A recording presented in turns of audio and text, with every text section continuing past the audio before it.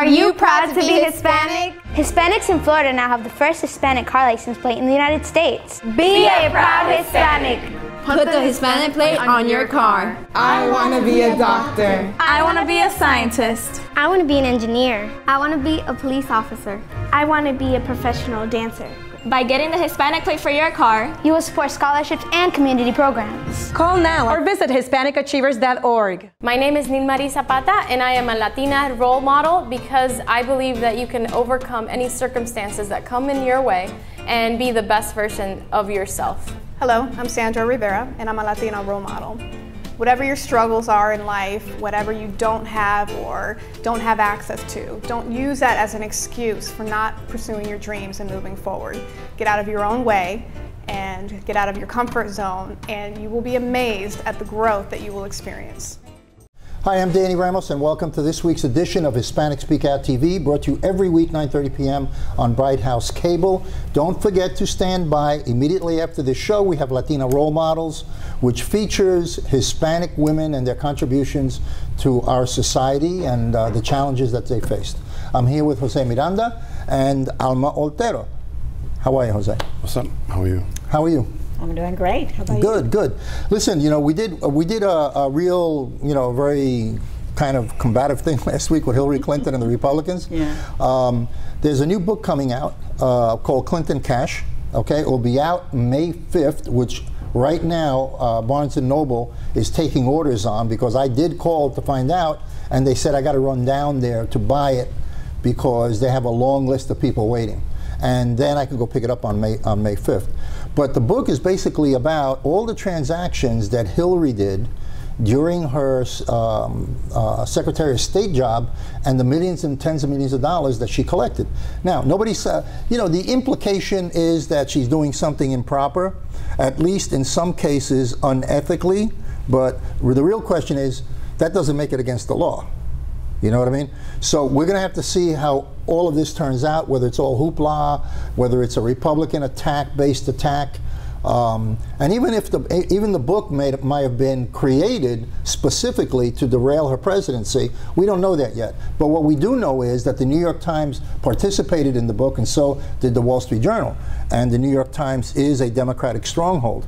So this is a wait-and-see situation. We can't say whether it's all factual or not. I'm sure thousands of people, politicians in the country, are going to be evaluating that book when it comes out on May 5th to see if all the facts correlate. But, you know, the facts are, you know, what they are. So we have to wait and see. You know, we have to be patient on it and give every candidate the benefit of a doubt. And maybe right after May 5th, we'll be able to do a show on the book. So everything is going to be substantiated, the match with the numbers? Well, they say. That's what they say, you know, because there is always a little bit of creative license in there, you know what I mean? Mm. So it has to be looked at, and then you remember what happened with this writer, with a reporter that said that this girl was raped and she was never raped, and that caught fire and damaged people's lives. So we don't know. She's going to put out this book, or he, and then a lot of people are going to look into it and evaluate it and analyze it and see if what's in there is truly factual. Well, right off the bat, you know, just the fact that she's coming out with the book and the elections are coming, I mean, I guess she wanted to put herself as, I had nothing to hide, these are my numbers, this is what I've done. Well, you know, interestingly enough, they said that one of her office responded by saying, we gave the facts for that book. Well, of course you gave the facts, because on the nonprofit organization, by law, you have to make your facts public. Yeah. So that was a way of saying, well, we actually cooperated, you know what I mean? But that you can go on the internet and find out the numbers on the internet. But again, we have to wait and see. You know, this is a wait and see situation, because, and the other thing is that I think that if this book, anything in this book is substantiated, the Democratic Party will open the doors for other candidates to run against her, at least in the convention. You know, to go up against her. Because this is a devastating situation if just one thing is true. If just one. Yeah. And I got a feeling that this can be a game changer either way, either for her or against her. Well, there's always going to be people that are going to be saying, you know what, it's justified. Yo, she's doing a great cause. Look how much money she collected and where his money is being distributed or funded to an organization per se. Well, but you know what? At the same time, there's always going to be something out of that book that is going to be controversial. That's going to be questionable. I believe that they reported that $125 million was used for overhead at the Clinton Foundation out of all the money they collected. $125 million, okay? Overhead, all right? So we have to wait and see how it's analyzed, you know, and you know, there's a lot of people a lot smarter than we are in these areas that are going to dissect that situation from A to Z, and they're going to come up with a report. Yes, and last week we brought up an issue about where she got the monies, the 250 million that you mentioned. Yeah. I wonder. I don't know if it was 250, but I know it's. But it was money that it was coming. hundreds of millions of dollars. Yeah. Yes. So I'm assuming that's going to be part of the book. That is absolutely part of the book. Read that to see Not only that, but somebody claimed that that the State Department gave certain companies favorable conditions so they can get contracts during the time that she was receiving money. Again, that's something that has to be weighted, investigated to see. Okay, because you know what, I'm sure that, you know, when you go to a guy like the guy in New Jersey, Christie, and these other guys, they have a lot of stuff in their closet too. It's just a matter of time before that stuff starts to come out. But you want to know something? It's going to be Republicans against Republicans. So you're going to see a Republican attacking a Republican and putting a Republican putting the laundry of a Republican out on the street. You know what I mean? Because they want to knock each other off. Yeah. So it's gonna be a hell of a campaign. It's gonna be a real dirty campaign. Yeah, I agree. Yeah. And that book. You've been too quiet, man. There's nothing to say. I mean, you're busy crowning something. I believe that crowning who? I believe this is going to be a very dirty political season. Absolutely. And I think right now I'm more concerned in finding out what Republicans have for an issue going forward, other than Hilary Clinton.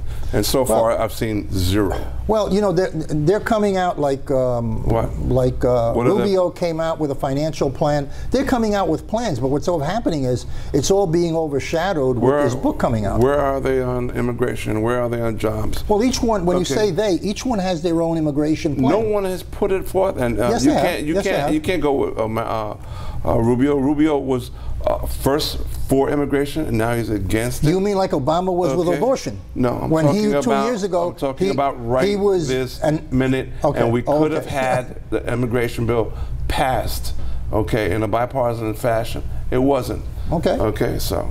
All right. So politics is politics. You know, they're going to fight, and that's the way it's going to be. We're going to be right back. We're going to take a little break.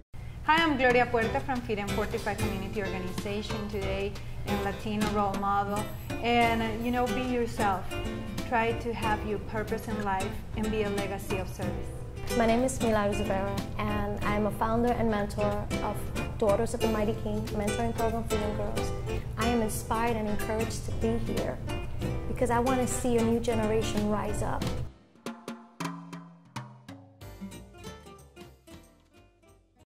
Welcome back. I'm Jose Miranda. This is Hispanic Speak Out TV, brought to you every week on Bright House Channel 49. And we've been on the air for 15 years, so welcome back to us. We're going to be talking to Anna I would mess up your last name, Anna, probably. Eskamani. Eskamani, you got it. Of Planned Parenthood, and of course, my co-host, Alma Otero. Okay, and we're going to be talking a little bit about women's issues. And specifically, there was a report out there that 35,000 women are raped every year. And out of that 35,000 women that are raped, a quarter of them wind up being pregnant. And more than a third of them conceive the child that is because of the rape.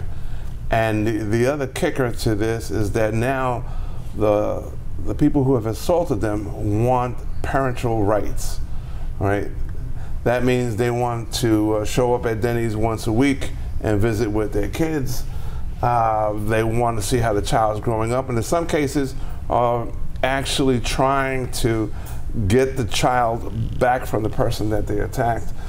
So, Anna, tell me from a point of view of, well, actually to both of you, to Alma as well, from a women's point of view, how's that strike you? The guy attacks you, brutalizes you, rapes you, gets you impregnated, and now every other Sunday you can meet up with McDonald's and chit chat about child rearing. Yeah, I mean, obviously, rape is a horrendous crime in this country and across the world. And out of 100 cases of rape, only 7 arrests are actually made. And so for me, it really has to do with prevention of sexual assault towards anyone, but especially women, and the prevention of rape, and having conversations with our young people about, you know, what is a healthy relationship, what does consent look like, and why taking such violent action towards each other, especially in the shape of rape, is not the answer and really should be prevented. But if we're going to talk about a woman's decision to what to do with her pregnancy, I mean, ultimately it's a very personal and complex decision. It's going to be between a woman, her family, her doctor, and her faith. Right. She is the one who decides whether she's going to choose adoption, raise a child, or end a pregnancy, and only those 4 factors should be involved. And it's really her decision of who she wants to involve in her decision around her pregnancy. Unfortunately, we don't have federal laws that protect women. Right? The only state that appears to have some sort of protection happens to be this state. I know it's remarkable that this state is actually behind a woman's issue, but it's this state. There is an issue. The amendment has been brought up a couple of times by the head of the Democratic Party, and the issue has been around money. So I think there's a price tag for the program of $5 million a year. And the Republicans have balked at it, okay? And just to show you the difference, we spend that same amount of money promoting fruits and vegetables. So you have to take care of the rape of fruits and vegetables. So you have to... So the question is, are we addressing the issue to begin with? Or is it being fall through the crack and nobody has a poison opinion about it? Because well, the federal... We cannot do changes unless we bring it up. Right, well, the federal government doesn't have a policy on it, and they try to do the either a stick or a carrot. So they're trying to offer the money to the states so the states can argumentatively put it into their own systems. Other than that, the federal government cannot force the state to disclaimer so that the rapist can't have his rights. And what's happening is the rapist, the guy who's raped you, is basically deciding that you decide for your religious purposes, or because your parents or whoever helps you reach that decision to have the child. And now the guy is saying, I want custody. Well, we don't have any, I guess we need more advocates out there to speak out and say, you know, that they should have, the women should have more rights as far as making a choice whether they want to have contact with this person, because it's bad enough dealing with the emotional and trauma and dealing with the circumstances that incur due to that pregnancy, due to that rape, and then also add to the fact that now they have to deal with the legal issues as far as these rapists having rights to see the child. Right. So, but unless those issues are not addressed, unless we don't have someone that speaks out and say, you know, we need to change the laws, you know, on the state and then take it to a higher court, then nothing's going to change, you know. Well, you can manage at Christmas time. Come meet your dad, he raped me, and that's why you're here. I mean, that's what's so heartbreaking about this entire conversation. I mean, in sexual assault in general, 68% of cases of sexual assault are not even reported. Right. It's one of the most underreported crimes in the country. And so, you know, for me, it's really, really elevating this conversation and kind of bringing it to a macro level and understanding that, you know, we have an epidemic in this country that is assault towards women, that is misogynistic behavior, and it starts at a very young age for a lot of our adolescents, because there really is no education around what a healthy relationship really looks like for our young people. Are we talking about education of the young people or men in general, and that because men control 99% of what's going on, that their attitude towards rape is that it's you guys' fault? I mean, I don't... The way you dress, the way you talk. Victim blaming is what you're talking about, which which I agree. I think that there's a larger piece of education needs to happen around, no matter what I wear, it's never a request to be assaulted. And so I do think we need education on that, but though men are the majority of our perpetrators, I don't want to peg just men alone, because women have been known to rape and women have been known to abuse as well. But I do think that there is a greater conversation around just what is a healthy relationship, and let's talk of it as so. Let's talk of it as so that we are able to empower young people to ask these critical questions. Part of what happens is this view as shame. It's seen as to, I don't want to address it, I don't want to have records, I don't want to have to deal with this, and it's just ignore. And it's also educational, because otherwise, if you have a different perspective about what is right or what's wrong, and you set a boundaries and you say, no, this is not permitted, this is not allowed, and it happened against my will, then when you come from that perspective that you have right, then no one should be taking advantage of you, no one should be forcing upon you to do anything that you don't want to. But then we need to, the education is paramount in a situation like that, because that's the only way we're going to change it right from the beginning, right before it starts. Absolutely, and we don't have that kind of curriculum in our schools yet. And I think there's also just a lot of stigma about talking around issues of abuse and rape. I mean, many people, when we talk about it, it means that it exists, and so they want to ignore the subject. But if we can bring it down to a level that is more accessible to talk about, healthy relationships, really brand it as something that is holistic. Who should be conducting these things? They don't do it in school because of the budgets. Okay, so I would say that they don't do it in schools because of the culture around the subject, because it can be very taboo to talk about, sexual assault and talk about rape and talk about reproductive health. Yeah, exactly. Who do you talk about sex? You talk with your friends, and what do your friends know about sex to begin with? Tons of misinformation is It's not enough information. Absolutely. There's a great deal of misinformation out there. The internet, is a great tool of social change, but also, unfortunately, is a cluster with misinformation. And so, if you're a young person trying to learn about reproductive health, even pornography, there's a great debate around pornography, because well, some pornography really displays, again, unhealthy dynamics of sexuality, and that is not going to be, in many cases, the ideal role model for our young people to look towards, and they have no one to talk to. They can't talk to their parents about it. They don't have engaged parents. It can really be a difficult space for a young person to actually learn, what is a healthy relationship. Well, switching slightly, and we got about a minute to go on this.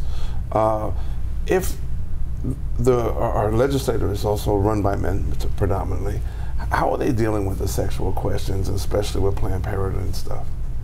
It's a great question. I mean, I would say that, we make every effort to talk about reproductive health and to be proactive, but unfortunately, we see the Florida legislature continue to go backward and turn the clock back on women's health. No, get out consistently. Of here. I mean, we're facing a 24-hour mandatory delay bill right now that'll force a woman seeking an abortion to wait 24 hours.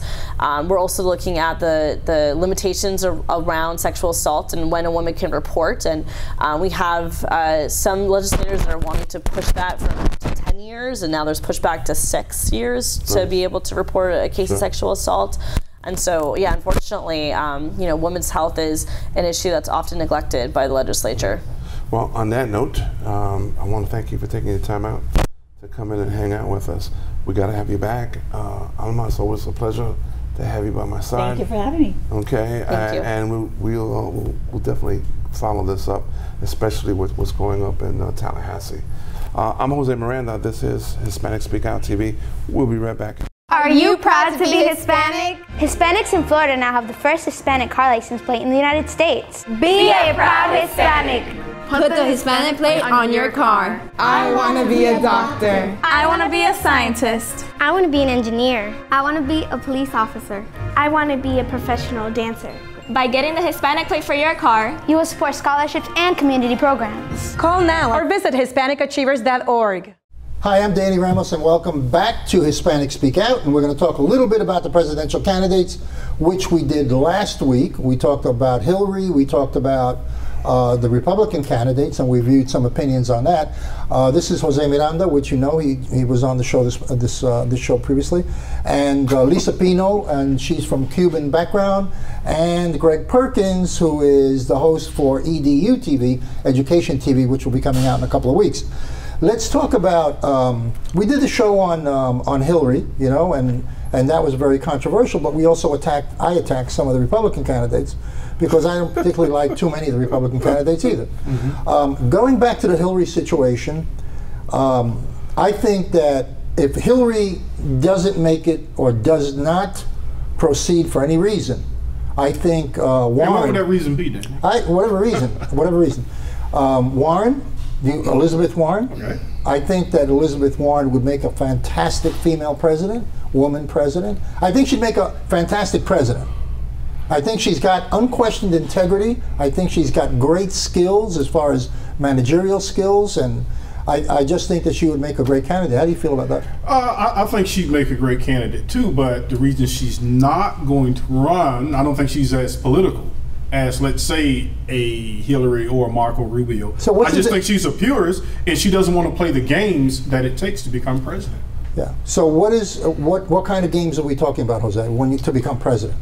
In other words, you cannot be a purist. You cannot be a person of integrity. You cannot be a person that's straight up. You could be all those fine things, but when it comes down to the dollar sign, then your basic core starts to change slightly.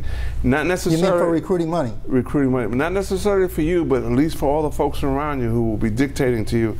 In order to get cash, you have to color your face and start dancing. Okay, so we're in agreement that Elizabeth Warren would make a great president? Yeah. She has an attitude that's pretty straight up and honest. Up front.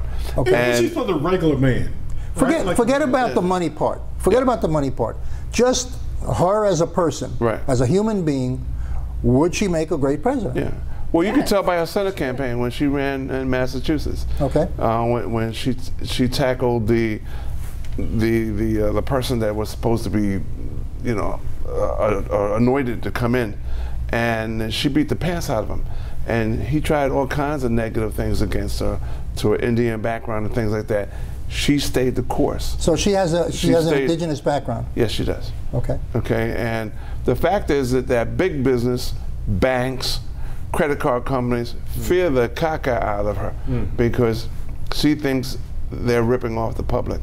And she is for the common guy as opposed to... Isn't that what we're looking for president? Someone who is looking for the common person to support and someone who doesn't compromise when it comes to money? No, and she understands the 1%, right? She understands the 1%, and she's okay with giving the 1% their due, but not 1.5%. Yeah, because remember all the deregulations that happened, and the banks stole all the money, and we, the taxpayers, had to bail them out. We're still paying for that. We're still paying for that. That's right. But the Republicans, they are trying to, all that stuff that they passed during that time, they're trying to undo it because they believe that taking the restrictions off the banks will create more commerce. And Elizabeth Warren does. Yeah, her thing is no. Well, you know, power corrupts.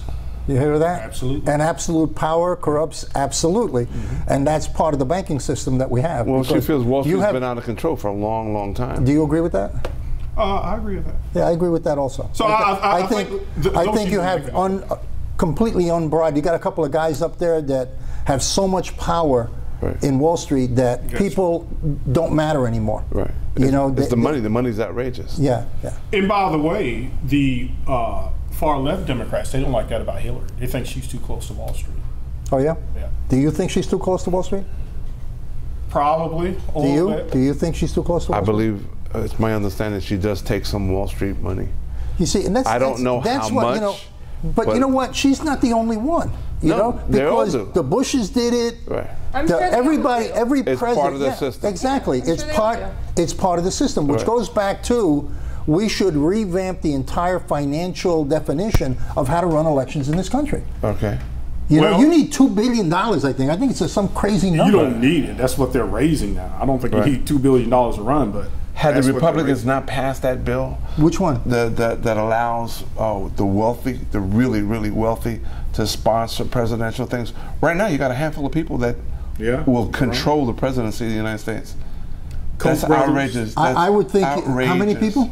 handful. I believe. I believe Sheldon that, Adelson, the Koch brothers. I believe that they have so much money they can certainly make a 15% difference or 10% difference, and that's a lot. Yeah, and that's a lot. But that's a system that's corrupt.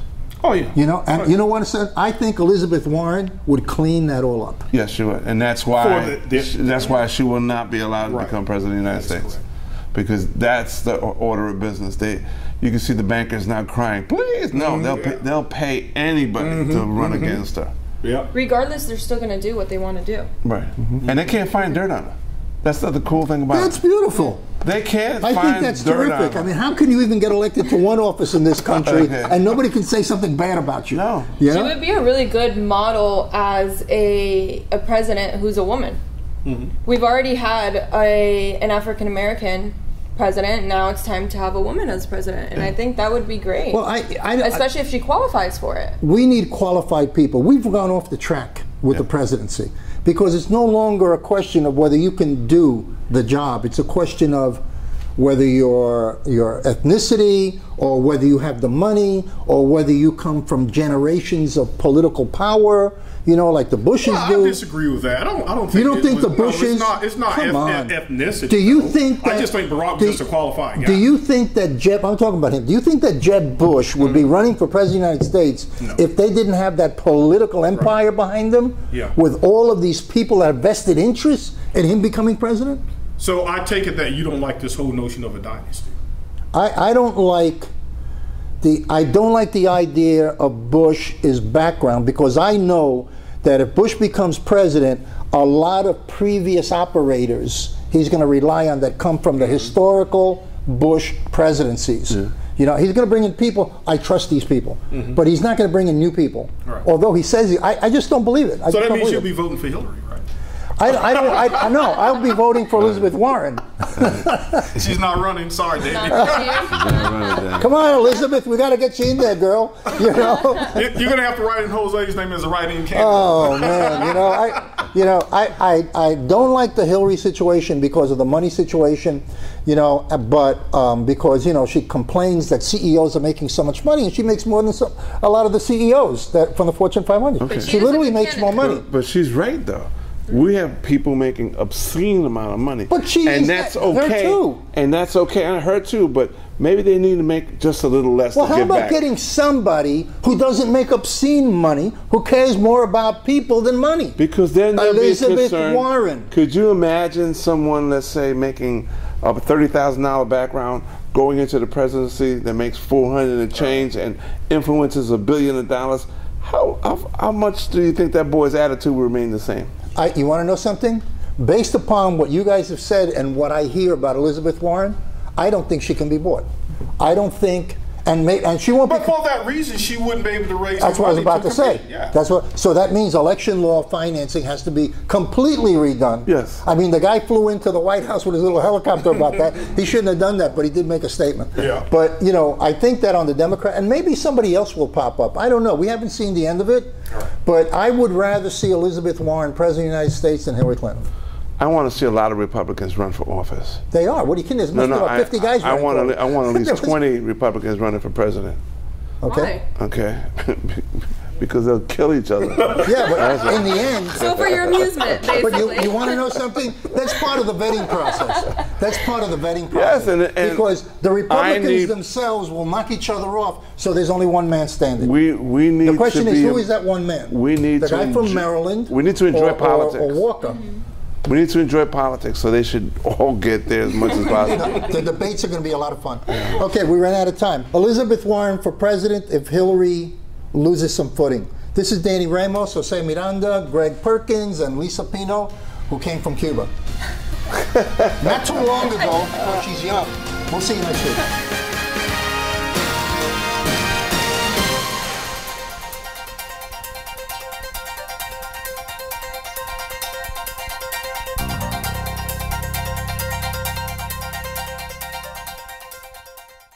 My name is Nilmari Zapata, and I am a Latina role model because I believe that you can overcome any circumstances that come in your way and be the best version of yourself. Hello, I'm Sandra Rivera, and I'm a Latina role model.